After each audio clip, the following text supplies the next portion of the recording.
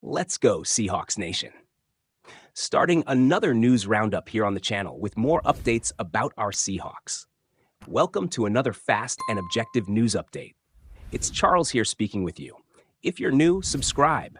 You'll stay super well informed about everything happening with the Seattle Seahawks, and be sure to smash that like button. It helps me a lot, motivates me, and strengthens my work here on YouTube. All right, let's start with some updated news coming in, our victory against the Broncos, and our new head coach, Mike Macdonald. Get ready, because this is some awesome news. First, let's talk about the game. 26-20, everyone. We beat the Broncos at Lumen Field. It was a great game. Everyone gave it their all, and we got the result. But you know what's even cooler? The reaction from our new head coach. Macdonald, the guy we brought in to lead the team this year, walked away from the game with a big gift, a game ball. And guess who gave it to him? None other than our quarterback, Geno Smith. This shows the respect the team already has for the new coach, doesn't it? And here's an interesting detail. Macdonald was one of 8 new head coaches debuting this Sunday. But do you know how many won? Only 3. Him, Jim Harbaugh from the Chargers, and Gerard Mayo from the Patriots. Starting off on the right foot like this isn't something everyone can do. But hold on, there's more. Macdonald spoke to the press after the game, and you can see the guy's got his feet on the ground. Of course, he's happy with the win, but he's already thinking about the next challenge. That's the kind of mentality we want, right? And you know what's even cooler? This victory isn't just another win. It's a milestone. 12s. It's the beginning of a new era for the Seahawks. And the best part, for now, we're leading the NFC West. That's right, we're at the top of the division. But Macdonald already has his mind on next week. We're heading to face the Patriots, and the work is already starting. That's the kind of focus we need to go far. What did you think of Macdonald's debut? Excited about the team's future under his leadership? And what about that game against the Broncos? Who stood out in your opinion? Write it down below. All right, 12s, let's continue with some more updates. I've got some news about our offensive line that's got everyone worried. It's about injuries, so brace yourselves because this one's tough.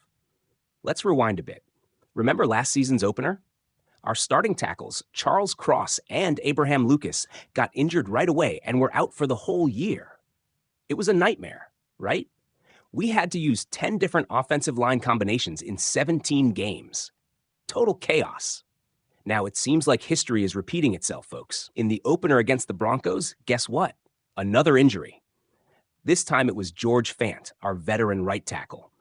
At the end of the first quarter, he went out with a knee injury. The doctors immediately ruled him out for the rest of the game. Can you believe it? Stone Forsythe stepped in for Fant. You remember him, right? Last year he started 8 games due to injuries. The guy has become a versatile player for us. But seriously, we're basically on our 3rd right tackle already. Fant was playing in place of Lucas, who's still on the physically unable to perform list. Lucas had knee surgery in January and is still recovering. By rule, he has to miss at least 4 games. Do you know why we signed Fant in the offseason? Exactly to have a backup plan in case Lucas didn't recover in time. And guess what? We needed it. Lucas, our homegrown guy who played at Washington State, only played 6 games last year due to that knee injury in week 1. John Schneider, our general manager, said last month that we were being super careful with Lucas. They're thinking long-term, you know? They don't want to rush his return and make things worse. And what about Fant? Well, the guy is in his 9th NFL season, and this is his 2nd stint with the Seahawks. He started his career with us back in 2016, stayed until 2019, and started 24 games. Then he went to the Jets for 3 seasons, and last year was with the Texans, where he started 13 games. 12s, do you think we'll be able to keep the offensive line solid with all these problems? Who do you think could be the solution? 12s, to wrap up the video, let's talk about the last game's first half. Oh my God, what a struggle. We were looking like an amateur team, really. Mistakes, turnovers, penalties. It seemed like nothing was going right. The offense was as stalled as a bank door on strike day. It was sad to watch. But then, my friends, came the second half. And what a turnaround. It looked like a completely different team came onto the field.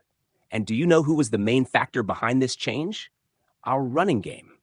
Ryan Grubb, our offensive coordinator, deserves some applause. The guy decided to go all in on the run game in the second half, and boy, did it work. And who shined? None other than Kenneth Walker III. Let's talk about this beast. Walker simply dominated the second half. Check out the numbers. 84 yards on 13 carries. And it doesn't stop there. 11 of those 13 runs were positive, with 7 of them gaining at least 5 yards. That's some serious consistency, folks. And his touchdown? What a beautiful play.